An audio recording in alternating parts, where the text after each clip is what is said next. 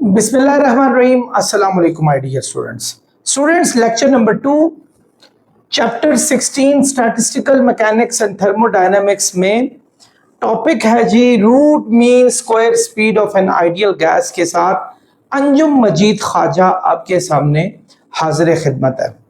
Dear students, आज हम अपना जो हमने लेक्चर नंबर 1 जहाँ से ड्रॉप किया था एग्जैक्टली वहाँ से आगे स्टार्ट करेंगे। यानी हाँ, अगर आपको याद हो, हमने डिस्कशन जो फर्स्ट लेक्चर में किया था that was about the pressure exerted by gas molecules, और हमने बहुत सारे फार्मूलाज उसमें से ना सिर्फ प्रूव किए थे बल्कि उनका जो रिलेशन था बाकियों के साथ वो भी डिस्कस करने की एक अदना सी कोशिश की थी। आज हम क्या करेंगे कि उन्हीं फार्मूलाज को मजीद आगे जाएंगे और लेके जाएंगे और उनको मजीद स्टडी करेंगे और उनका रिलेशन बाकी चीजों के साथ भी जोड़ने की कोशिश करेंगे। स्टूडेंट्स, हमारा टॉपिक है root mean square speed of an ideal gas. एक आइडियल गैस जो है उसका रूट मीन स्क्वायर स्पीड क्या होती है, ये हमारा बेसिक टॉपिक है। और हमें क्यों जरूरत पड़ती है कि रूट मीन स्क्वायर, जिसको आरएमएस भी कहा जाता है, याद रखें इसको रूट आरएमएस भी कहते हैं, इसको आरएमएस भी कहा जाता है, रूट मीन स्क्वायर।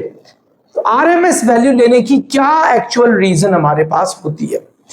स्टूडेंट्स, हमने एक चीज पढ़ी थी कि अगर किसी भी कंटेनर में, जो कि क्यूबॉइड या क्यूब का कंटेनर हो, उसमें जहां बहुत सारे गैस के पार्टिकल्स हमारे पास मौजूद हों, तो वो गैस के पार्टिकल्स क्या करते हैं स्टूडेंट्स, उनके अंदर प्रेशर होता है।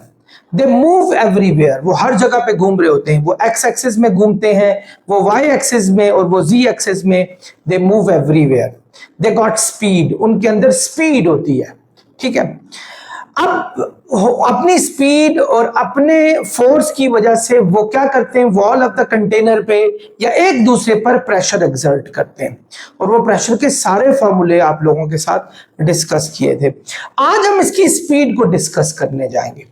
देखिए स्टूडेंट, अगर आपका एक पार्टिकल इस एक्स एक्सिस में यहां से जाकर इससे टकरा कर वापस आता है, तो एक्चुअली उसके जाने की भी स्पीड होती है, उसके आने की भी स्पीड होती है। They got two different speeds, one speed in which they are going in one direction and the second is they are being rebounded. in fact वो रिबाउंड किए जा रहे हैं, कहां से? वो वॉल से रिबाउंड हो रहे हैं, वापस आ रहे हैं, और उनके पास स्पीड एग्जैक्टली अपोजिट डायरेक्शन में होती है। अगर हम इनकी स्पीड को फाइंड आउट करने की कोशिश करें तो हमारे पास जनरली क्या होता है, क्योंकि जब इतने ज्यादा पार्टिकल होंगे, करोड़ों अरबों पार्टिकल्स, अरबों खरबों पार्टिकल्स होंगे, सो आप कैसे इतनी स्पीड को फाइंड आउट करेंगे? तो हमारे माइंड में एक ही बात आती है, भाई सारे पार्टिकल्स की स्पीड का सम करें और डिवाइड नंबर ऑफ पार्टिकल से करके हम उसका एवरेज निकाल लेते हैं। हमारे माइंड में ये चल रहा होता है। यानी हमारे माइंड में क्या चलता है कि जो स्पीड है ना, एक्चुअली एवरेज स्पीड, वो फाइंड आउट करें, which is sum of all speeds. यानी सब स्पीड को हमने क्या करना है स्टूडेंट्स, ऐड करना है, और डिवाइड हमने नंबर ऑफ पार्टिकल से कर देना है। ये हमारे माइंड में आता है, यही एक बेहतर तरीका है स्पीड फाइंड करने का। लेकिन अब क्वेश्चन मार्क यहां आता है कि अगर स्टूडेंट्स खुद सोचे कि हम सारे पार्टिकल्स की स्पीड को अगर हम ऐड कर देते, वेलोसिटीज को ऐड कर देते, in fact I will talk about velocities, अगर हम वेलोसिटीज को ऐड कर देते तो हमारे पास जो रिजल्ट आता है दैट इज जीरो, वो हमारे पास जीरो आता है। तो क्या मतलब कि स्पीड जीरो है? अब मेरे यहां बच्चे हैरान हो रहे कि जीरो कैसे आता है। आप देखें स्टूडेंट्स, अगर फर्ज करें एक पार्टिकल की वेलोसिटी 2 मीटर पर सेकंड राइट से लेफ्ट है, तो जब वो टकरा के वापस आएगा तो उसकी डायरेक्शन चेंज हो जाएगी, और डायरेक्शन चेंज होने से वो +2 नहीं रहेगी, वो -2 हो जाएगी, बिकॉज वेलोसिटी एक हमारे पास वेक्टर क्वांटिटी है। तो जब 2 में हम -2 ऐड करेंगे, सो वी विल गेट 0, हमारे पास 0 रिजल्ट आएगा। इसका मतलब हुआ कि हम एवरेज वेलोसिटी कभी भी सॉल्व नहीं कर सकते। Why? Because average velocity solve करेंगे, हमारा फाइनल रिजल्ट क्या आ जाएगा? 0 आ जाएगा। तो उसके लिए हम कोई डिफरेंट सिनारियो क्रिएट करते हैं, एक डिफरेंट चीज लेकर आते हैं, that is root mean square. Root mean square में स्टूडेंट्स ये होता है कि हमारे पास एक्चुअली टोटल जो हमारे पास सम होता है वो जीरो नहीं होता और पॉजिटिव वैल्यूज ही हमारे पास आती हैं। ये कैसे फाइंड आउट किया जाता है स्टूडेंट्स? रूट मीन, ये नंबर 1 आप रखें एक साइड पे। आप रूट मीन स्क्वायर को देखें, रूट मीन स्क्वायर को समझने की कोशिश करें, जिसको RMS भी कहा जाता है, ठीक है, स्पीड या वेलोसिटी, RMS कहा जाता है। इसको जरा समझने की कोशिश करें, इसको उल्टा पढ़ें। What is this? Square mean root, यानी आपने जो भी आपके पास किसी की भी रूट मीन स्क्वायर फाइंड करनी है वैल्यू, यानी अगर फर्ज करें हमने स्पीड, वेलोसिटी या स्पीड का रूट मीन स्क्वायर निकालना है, तो हम क्या करेंगे? उल्टा, पहले स्क्वायर लेंगे, यानी ये वाली वैल्यू है, पहले हम इसका स्क्वायर लेंगे, ठीक है, फिर मीन लेंगे। मीन कैसे लिया जाता है? टोटल डिवाइड करते हैं नंबर ऑफ क्वांटिटीज से और फिर उसका रूट ले लेंगे। ये आई होप आप लोग मेरी बात को समझने की कोशिश कर रहे होंगे। पहले हम स्क्वायर लेंगे, ये लास्ट वाली बात, फिर हम उसका मीन लेंगे, mean total number of particles, फिर हम उसका रूट लेंगे, स्क्वायर रूट। तो ये वैल्यू हमारे पास RMS होगी और ये हमें पॉजिटिव आंसर्स क्यों देगी, नेगेटिव क्यों नहीं आंसर देगी? आप खुद देखें। अब फर्ज करें हमारे पास स्पीड कोई माइनस की भी है ना, तो माइनस का स्क्वायर हमेशा प्लस होता है। जब हम पहले हमने स्क्वायर ले लिया, इट मींस कि हमारी वैल्यू पॉजिटिव होगी, क्योंकि माइनस का भी स्क्वायर पॉजिटिव होता है। फिर हम उसका डिवाइड एन से करके, यानी उसका मीन लेंगे, फिर स्क्वायर रूट लेंगे। वाई स्क्वायर रूट, ताकि उस स्क्वायर के असर को खत्म किया जा सके। ये हमने ले लिया। अब ये v/n, हमारे v स्क्वायर ओवर n को हम v स्क्वायर का एवरेज भी कह सकते हैं। आई होप आप मेरी बातों को समझ रहे होंगे। एवरेज का साइन यही होता है, ये मैंने आपको पहले भी बताया था, ये साइन होता है एवरेज का। सो RMS हमारे पास आ गया ये, ठीक है, और इसकी वैल्यू को हम उठाकर ये वाली वैल्यू डाल देते हैं। हम ये वाली वैल्यू मेरे पास क्या है, ये देखें V1 है, लेकिन चूंकि हमने हर एक के स्क्वायर का मीन लेना है, हर एक के पहले स्क्वायर है बाद में मीन है, यानी हर एक का स्क्वायर स्क्वायर स्क्वायर फिर बाद में मीन लेना है। तो हम इस जगह पर पहले उनका स्क्वायर फिर स्क्वायर फिर स्क्वायर, यानी आप कहां जा रहे हैं? VN तक जा रहे हैं, फिर हम उसका लेंगे मीन, ये। So this is known as VRMS, इसको RMS स्पीड कहा जाता है। आई होप स्टूडेंट्स यहां तक आप बात को समझ चुके होंगे। डियर स्टूडेंट्स, अभी आपको बताया एवरेज स्पीड ये होती है, this is called average speed. ये आपको याद होगा, मैंने एक प्रेशर का एक फॉर्मूला पिछले लेक्चर में पढ़ाया था, that was 1/2 mn over, in fact 1/3 mn over v और v स्क्वायर का हमारे पास एवरेज, यानी ये फॉर्मूला हम 1/3 mn over v for volume, इसका मैं v मोड़ रहा हूं, और ये हमारे पास था v स्क्वायर। ये प्रेशर का फॉर्मूला हमने पीछे पढ़ा था, इसको नंबर 3 का नाम 1 मिनट के लिए दे दे, ठीक है स्टूडेंट्स। ये v जो वॉल्यूम है यहां डिवाइड हो रहा है, यहां जाके क्या हो जाएगा? हमारे पास मल्टीप्लाई हो जाएगा 1/3 mn और इंटू v स्क्वायर, ये हमारे पास आ गया। इसको हम नंबर 4 करार दे देते हैं 1 मिनट के लिए। ये प्रेशर और वॉल्यूम का हमारे पास प्रोडक्ट आ गया।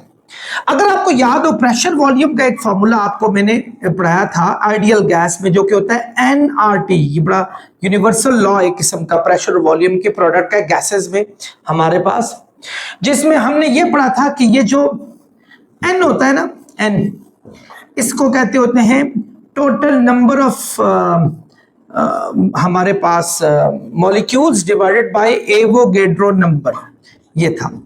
ये n था नंबर ऑफ मोल्स, ये R था हमारे पास गैस कांस्टेंट, जिसकी वैल्यू अगर याद हो तो मैंने ये लिखवाई थी कि इसकी वैल्यू होती है 8.314 जाउल पर मोल पर केल्विन, ये वैल्यू थी इसकी, ठीक है।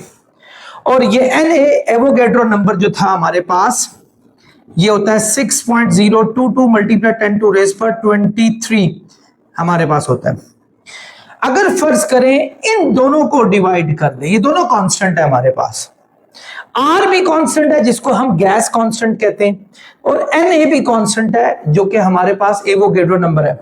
सो इन दोनों को डिवाइड कर ले, यानी एन हम रख ले, एन जो कि होगा आर बाय एन ए के, यानी एक्चुअली इन दोनों का डिवीजन हमारे पास, सॉरी एन कह रहा हूं, के रख ले कांस्टेंट, यानी constant divided by constant gives you a proper constant.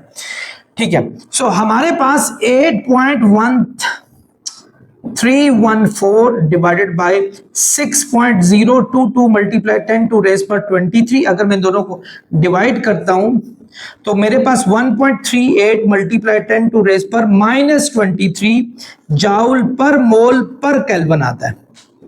हम अगर आपको याद हो तो इसको, ठीक है, और इसको बोल्ट्जमैन कांस्टेंट भी कहते हैं अगर आपको याद हो तो, ठीक है। आई होप आप लोग समझ गए होंगे।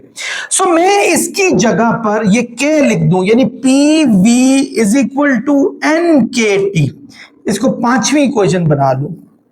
इन दोनों का रेशो के है, और के हमारे पास बोल्ट्जमैन कांस्टेंट जिसकी वैल्यू 1.38 मल्टीप्लाई 10 टू रेज पर -23 जाउल पर मोल पर केल्विन हमारे पास आ गया। यहां भी पीवी हमारे पास ये 1/3 एम कैपिटल एन, और हमारे पास एवरेज ऑफ वी स्क्वायर ये हमारे पास आ गया। अगर मैं इस पीवी को इस पीवी के साथ कंपेयर कर लेता हूं तो मेरे पास क्या आएगा, ये देखें, ये आ जाएगा 1/3 एम एन वी स्क्वायर, और ये आ जाएगा एन के टी, ये आ जाएगा एन के टी, ये हमारे पास आ गया। डियर स्टूडेंट्स, यहां इस वी स्क्वायर का जो मीन है, स्क्वायर पहले स्क्वायर है इसके ऊपर, और उसके बाद क्या दिया हुआ है, मीन दिया हुआ है।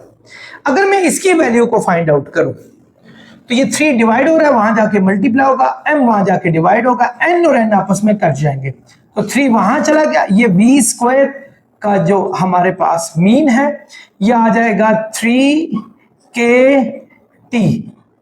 3 डिवाइड हो रहा है, वहां जाके क्या हो जाएगा स्टूडेंट्स, मल्टीप्लाई हो जाएगा। ये हमारे पास इसका आंसर आ गया। और इसमें सॉरी, ये m यहां जाके डिवाइड भी हो रहा है हमारे पास, यानी m यहां जाके डिवाइड भी हो जाएगा। तो actually what we are doing, हम तो आरएमएस फाइंड आउट करने जा रहे हैं, जो कि हमारे पास क्या है, वी स्क्वायर का एवरेज यानी मीन का स्क्वायर रूट है। यानी आरएमएस जो हमने पढ़ा था, आरएमएस वो क्या था, आरएमएस वो था वी स्क्वायर के मीन का स्क्वायर रूट, ये था। तो अगर फर्ज करो मैं दोनों साइड पे स्क्वायर लगा दूं, यानी सॉरी स्क्वायर रूट लगा दूं, यानी यहां भी और यहां भी स्क्वायर रूट लगा दूं, ठीक है, यहां भी स्क्वायर रूट लगा दूं, तो आपका ये वी स्क्वायर के मीन का स्क्वायर रूट जो है वो 3kt ओवर m का स्क्वायर रूट आ जाएगा। तो स्क्वायर और स्क्वायर रूट कैंसिल हुए, तो v एवरेज हमारे पास 3kt ओवर m का स्क्वायर रूट आ गया। सॉरी, इसको हमने आरएमएस का नाम दे दिया, जो हमने नाम ऊपर रखा हुआ था। हमने काटा कैसे, हम काट सकते ही नहीं थे, आई एम रियली सॉरी, हम काट कैसे सकते थे, क्योंकि पहले उसका स्क्वायर है बाद में एवरेज है, पहले स्क्वायर है बाद में एवरेज है, तो अगर होल स्क्वायर होता फिर वो तो कटता, और हमने काटना नहीं, हमने तो आरएमएस वैल्यू निकाल ली, यानी इसका जो वैल्यू है वो आरएमएस है। तो ये हमने इसकी जगह पर, यानी ये इसकी जगह पर ये लगा दिया, यानी आप समझ लें कि ये इससे रिप्लेस हो गया, हमारे पास ये आ गया V RMS is equal to square root of 3kt over m आ गया। अब अगर गौर से देखें स्टूडेंट्स, 3 कांस्टेंट है, के तो बोल्ट्जमैन कांस्टेंट जिसकी वैल्यू होती है 1.38 मल्टीप्लाई 10 टू रेज़ पर -23 जाउल पर मोल पर केल्विन, और m टोटल मास है हमारे पास। मास तो वैसे ही कांस्टेंट होता है हमारे पास, सो ये भी कांस्टेंट, ये भी कांस्टेंट, ये भी कांस्टेंट, यानी हम कह सकते हैं कि कांस्टेंट जो है हमारे पास इसमें वो 3k ओवर m के ऊपर स्क्वायर रूट है, ठीक है। और हम इसको जो इक्वेशन नंबर 6 है, इसको यूं भी लिख सकते हैं कि R M S is equal to square root 3k over m के ऊपर भी है और t के ऊपर भी स्क्वायर रूट है। t जो कि वेरिएबल है इसलिए मैंने लैदा किया, बाकी कांस्टेंट को मैंने लैदा कर दिया। तो मेरे बच्चों ये पूरे का पूरा कांस्टेंट हुआ, यानी RMS हमारे पास आ गया constant square root of t। और जब भी हम किसी कांस्टेंट को किसी इक्वेशन में से रिमूव आउट करते हैं, बाहर निकाल देते हैं, तो फिर हमारे पास इक्वल का साइन नहीं लगता, फिर हम प्रोपोर्शनैलिटी का साइन लगाते हैं। यानी actually RMS value of V is directly proportional to the square root of T। इसका मतलब हुआ जितना जितना टेम्परेचर बढ़ेगा आपकी RMS की उसका स्क्वायर रूट में, यानी जो टेम्परेचर होगा उसका स्क्वायर रूट निकाले तो उस फॉर्म में हमारी स्पीड इंक्रीज होगी। आई होप आप लोग मेरी बात समझ रहे होंगे। ये हमारे पास एक बेस्ट रिलेशनशिप था जो हमने इससे निकाला। तो ये हमारा रिलेशनशिप, मैं इसको मिटाता हूं, फिर इससे आगे हम जो है ना वो स्टार्ट करते हैं। डियर स्टूडेंट्स, अब ये तो हमने उसके साथ डिस्कशन आपको बता दी। अब आते हैं इस दोबारा इक्वेशन नंबर 6 की तरफ, यानी RMS हमारे पास था 3KT ओवर m का स्क्वायर रूट। अब हम अपने बेसिक्स पे दोबारा चाहते हैं। बेसिक्स क्या है ये देखें, ये वाला के की वैल्यू थी हमारे पास R ओवर NA, यानी इस K की जगह पे अगर मैं K की जगह जो R ओवर NA मैं इसमें पुट कर दूं इसमें, तो RMS वैल्यू हो जाएगी 3RT ओवर NA मैस। ये हमारे पास आ गया। अब NA mass Avogadro number Na होता है और मास ऑफ द पार्टिकल, इन दोनों का जो प्रोडक्ट होता है ये मोलर मास के इक्वल होता है। अपनी 9th स्टैंडर्ड की केमिस्ट्री में आप लोगों ने ये पढ़ा होगा, इसको मोलर मास कहते हैं। मोलर मास यानी हम 3RT ओवर हमारे पास क्या आ गया, मोलर मास। मोलर मास को कैपिटल M से जाहिर किया जाता है हमारे पास, तो इसको मोलर मास भी कह सकते हैं। अब देखें स्टूडेंट्स, हमारे पास डिफरेंट किस्म के पार्टिकल्स हैं, यानी हमारे पास कंटेनर में समझ लें कि ऑक्सीजन गैस है, एक और कंटेनर में हाइड्रोजन गैस है, एक और कंटेनर में हमारे पास हीलियम गैस रख लें।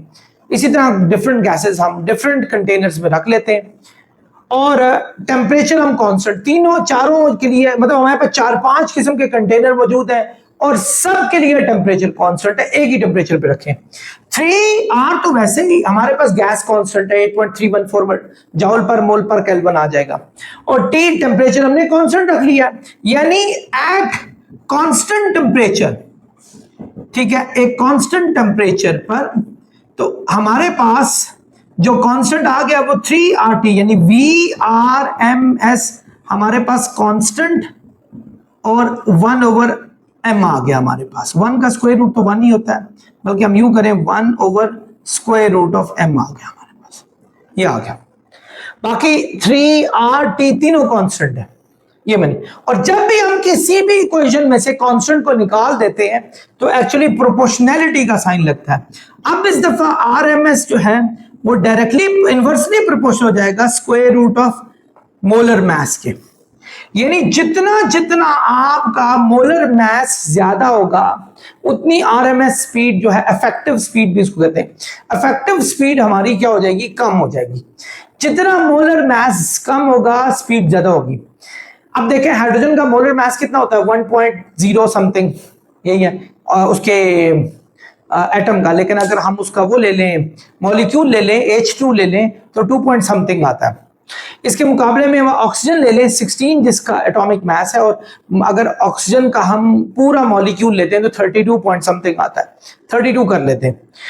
तो आप देखें 32 किसका है, ऑक्सीजन का है, जबकि 2 हमारे पास बन रहा है किसका, हाइड्रोजन के मॉलिक्यूल का। तो फिर हम ये कह सकते हैं कि हाइड्रोजन के अंदर RMS स्पीड जो है वो ऑक्सीजन के मुकाबले में बहुत ज्यादा होगी, क्योंकि मोलर मास ऑक्सीजन का ज्यादा है, तो ज्यादा मोलर मास कम स्पीड को लेके चलता है। इस तरह नाइट्रोजन आपने 14.7 देखा है, 14 उसका एटॉमिक मास होता है, तो उसका अगर हम उसको डबल कर लें, क्योंकि अगर उसका हम उसका मॉलिक्यूल बना रहे 28 कर लें, सो उसको कंपेयर करें अगर हम ऑक्सीजन के साथ, तो नाइट्रोजन का जो हमारे पास मोलर मास है वो कम होगा, तो इसलिए जिसका मोलर मास कम होगा उसकी इफेक्टिव स्पीड ज्यादा होगी। ठीक है स्टूडेंट्स, यही एक रीजन है। कभी आप लोगों ने देखा कि बैलून्स में हीलियम गैस क्यों भरी जाती है? वो बैलून जो उड़ जाते हैं ऊपर, एस्केप आउट हो जाते हैं आपके सीन से, उसकी रीजन ये होती है कि हीलियम गैस एक तो सेफ होती है as compare to hydrogen. Hydrogen तो आपकी जल जाती है ना, वो सेफ नहीं होती। तो हीलियम क्यों भरी जाती है? क्योंकि हीलियम में क्या मोलर मास कम होता है, बहुत कम होता है एज कंपेयर टू ऑक्सीजन। आप देखें इसका 4 और आ रहा है, और उसका एटॉमिक मास इसका 4 है, उसका कितना है हमारे पास 16, 4 गुना उसका इसका जो एटॉमिक मास है वो कम है। तो ये और एक तो ये फट जाए तो लीक आउट जल्दी हो जाती है, यानी जल्दी जल्दी निकल जाती है, और वैसे भी एक तो इसकी डेंसिटी भी कम होती है। ये जैसे ही माहौल में मौजूद होती है तो ये क्या करती है, ये उड़ जाती है, ऊपर की तरफ चली जाती है, क्योंकि इसकी डेंसिटी कम होती है, लेकिन इसकी स्पीड भी बहुत ज्यादा होती है। तो जल्दी बैलून आपके उड़ जाते हैं उस जगह से, और एक जगह से दूसरी जगह तक चले जाते हैं। हाइड्रोजन के साथ भी ऐसा ही है, हाइड्रोजन भी बड़ी मूव करती है, फास्टर मूव करती है। तो जितनी भी गैसेस तेज मूव करती हैं उसकी रीजन यही होती है कि उनके मोलर मैसेज जो है वो दूसरी गैसेस के मुकाबले में कम होते हैं हमारे पास। अब चलते हैं स्टूडेंट्स नेक्स्ट पर, ये देखें दोबारा हम इसी क्वेश्चन को लेते हैं। ये प्रेशर हमारे पास क्या दिया हुआ है? प्रेशर है हमारे पास 1/3 mn ओवर वॉल्यूम v और v स्क्वायर, ये हमारे पास दिया हुआ है। पहले हमने क्या डिस्कस किया था? हमने टेम्परेचर को डिस्कस किया, अच्छा सॉरी, टेम्परेचर को डिस्कस किया, मोलर मास को डिस्कस किया। अब हम डेंसिटी को भी थोड़ा सा डिस्कस करते हैं। इस यहां देखें, डेंसिटी किसके इक्वल होती है? डेंसिटी होती है मास पर वॉल्यूम, मास पर volume, mass of all molecules, सारे मॉलिक्यूल्स का मास। अब सारे मॉलिक्यूल्स का मास mn हो जाएगा, n ऑफ मास। अगर एक मास हमारा फर्ज करो 0.001 ग्राम है, तो n मैसेज आप जितने 100 मैसेज हैं 100 से मल्टीप्लाई कर ले तो टोटल मास आपको पता चल जाएगा। सो डेंसिटी हमारे पास total mass of total particles divided by v हो जाएगा। यानी इस जगह पर हम v लगा सकते हैं, डेंसिटी लगा सकते हैं, डेंसिटी v स्क्वायर, ये लगा दिया। 3 क्या हो रहा है स्टूडेंट्स, हमारे पास यहाँ डिवाइड हो रहा है। जब आप इसको यहाँ लेके जाएंगे तो क्या हो जाएगा, मल्टीप्लाई, और आपका डेंसिटी यहाँ जाके डिवाइड हो जाएगी, तो v स्क्वायर एवरेज में ये आ जाएगा। अब एक चीज यहां से कहां हमने रखी थी, ये आरएमएस किसके इक्वल होता है? कि इसी के स्क्वायर का अगर हम स्क्वायर रूट ले लें, मतलब टेकिंग स्क्वायर, ये जो है ना हमारे पास, इसका स्क्वायर रूट लें दोनों साइडों पे, 3p ओवर डेंसिटी पे, दोनों साइडों पे, ये पूरे का पूरा जो है ये आरएमएस आ जाएगा। तो ये 3p ओवर डेंसिटी के इक्वल हो जाएगा के स्क्वायर रूट के। यहां भी हमारे पास है, अगर एक कांस्टेंट प्रेशर लिया जाए, ठीक है, तो जितनी डेंसिटी ज्यादा होगी, प्रेशर कांस्टेंट दिया जाए, 3 तो ऑलरेडी कांस्टेंट है, ठीक है, एट कांस्टेंट प्रेशर, ठीक है, प्रेशर पे, तो हमारे पास आरएमएस जो है वो इनवर्सली प्रोपोर्शनल होता है डेंसिटी के स्क्वायर रूट के। यानी इसका मतलब हुआ कि जितनी डेंसिटी आपकी ज्यादा होगी आपकी स्पीड कम होगी, जितनी डेंसिटी कम होगी उतनी स्पीड ज्यादा होगी। और डेंसिटी किससे होती है? नंबर ऑफ पार्टिकल से बढ़ती है। जितने नंबर ऑफ पार्टिकल ज्यादा होंगे ना स्टूडेंट्स, याद रखें, और वॉल्यूम कम हुआ आपके पास, यानी आप समझ लें कि आपने समंदर को गूंजने में बंद कर दिया, यानी आपने छोटे से जार में या छोटे से कंटेनर में बहुत सारे गैस पार्टिकल भर दिए। तो व्हाट इज गोना हैपन, आप खुद अंदाजा लगाएं, एक कमरे में 50 बंदे में डाल दूं और मैं सबको कहता हूं भाई ये आपके पास है, आप यहां से बाहर निकलना है, या चले कमरा बंद करके कहता हूं आपने भागना है, they will not feel easy to move, Why? Because they will collide every time. हर बंदा दूसरे से collide करना शुरू हो जाएगा. But if you got only 2 or 3% in the whole room, what is going to happen? They will all move freely and easily from one place to other place. Why? Because they got the room to go anywhere they want. उनके पास जगह है, जहां मर्जी जाए. आपने gas के particle बढ़ा दिए, डेंसिटी हो जाएगी ज्यादा, और अगर डेंसिटी होगी ज्यादा तो आपकी इफेक्टिव स्पीड कम हो जाएगी, यानी स्पीड कम. इसीलिए आप ये देखें, एक सिलेंडर में जब हम सुई गैस बहुत ज्यादा भर देते हैं, we don't let them out, यानी हम उनको बाहर नहीं आने देते, यानी अंदर ही. सो ठीक है, उनका प्रेशर जरूर क्रिएट होता है, but they do not move as freely as they move outside. Because जब वो आउटसाइड आते हैं ना तो वॉल्यूम बढ़ जाता है, वॉल्यूम बढ़ जाता है, और वॉल्यूम के बढ़ने से डेंसिटी कम हो जाती है. लेकिन इनसाइड वॉल्यूम बहुत कम है, तो वो अंदर बेचारे सफोकेशन का शिकार हुए हैं, they can not move easily. So density के बढ़ने से स्पीड क्या हो जाती है, हमारे पास कम हो जाती है. अब इन तमाम को अगर हम जनरलाइज फॉर्म में लिखें तो हमारे पास क्या क्या फार्मूला आरएमएस का आया था. पहले आरएमएस का फार्मूला हमारे पास जो आया था वो आया था स्क्वायर रूट ऑफ ये 3kT/m. दूसरा फार्मूला क्या था स्टूडेंट्स, ये 3RT/मोलर मास. तीसरा फार्मूला क्या आया था, 3P/डेंसिटी. ये हमारे पास 3 RMS फार्मूलाज आए थे, और ये RMS के एक्चुअल फार्मूला है. आई होप स्टूडेंट्स, अगर आपको कोई चीज मुश्किल लगती है आप पूछ सकते हैं. तो याद रखें, एक चीज यहां बताना जरूर चाहूंगा कि RMS ही इफेक्टिव स्पीड है, और इफेक्टिव स्पीड से आप एक्चुअली बेहतरीन स्पीड को फाइंड आउट कर सकते हैं किसी भी आइडियल गैस की कैलकुलेशन में. बहुत सारे बच्चे ये पूछते हैं, sir why do we take ideal gas. Students, हमें फिजिक्स में एक बात याद रखना, हमेशा आइडियल सर्कमस्टांसेस रखने होते हैं, बिकॉज वी डोंट नो कि व्हाट इज गोना हैपन, कि कितने नॉन आइडियल चीजें हैं आपके पास, आपकी लाइफ में आ सकती हैं. फर्ज करें, ऐसा भी हो सकता है कि आप बात कर रहे हो सुई गैस के सिलेंडर की, और ऑन द अदर हैंड एक छोटा सा जार है, उसमें गैस पार्टिकल की बात कर रहे हो. अब दोनों में सर्कमस्टांसेस डिफरेंट है, ठीक है, आप मेरी बात को समझ रहे होंगे. सर्कमस्टांसेस डिफरेंट है, कहीं प्रेशर का फर्क होता है कि क्या. हम आइडियल गैसेस इसलिए लेते होते हैं कि आइडियल गैस में हमारे पास एक्यूरेट रिजल्ट आता है, तो उनमें जितनी एनर्जी लॉसेस होते हैं उनको बाद में हम कैलकुलेशन से निकाल लेते हैं. सो आइडियल केस ही एक बेहतर है, क्योंकि इसमें हमारे पास इलास्टिक कोलिजन होती है, यानी एक पार्टिकल जब टकरा कर वापस आए तो उसकी स्पीड पे कोई फर्क नहीं पड़ता. अब फर्ज करें आप एक एक्सपेरिमेंट कर रहे हैं और एक गैस का पार्टिकल टकरा कर वापस आता है, तो उसमें 2% लॉस ऑफ एनर्जी होती है. मैं एक्सपेरिमेंट करता हूं, उसमें 5% लॉस ऑफ एनर्जी होती है. तो फिर हम हर एक के लिए कहां से फार्मूला निकालना शुरू करेंगे. So we take ideal gas as operation, क्योंकि आइडियल गैस ही में सारा काम किया जाता है. आइडियल गैस एक ऐसी गैस होती है जिसमें कोई हमारे पास फ्रिक्शन नहीं होती, कोई किसी किस्म की हमारे पास स्पीड लॉस नहीं होता, एनर्जी लॉस नहीं होता. सो ये, और हम आराम से टेम्परेचर, प्रेशर और वॉल्यूम में इसको स्टडी कर सकते हैं. स्टूडेंट्स, अगर किसी किस्म का इशू हो तो लाजमी आप मुझसे बात करें. नेक्स्ट लेक्चर तक आपसे जाना चाहूंगा, आप सब्सक्राइब करें, लोगों को भी बताएं चैनल के बारे में. आप लोगों का बहुत शुक्रिया. अस्सलाम वालेकुम.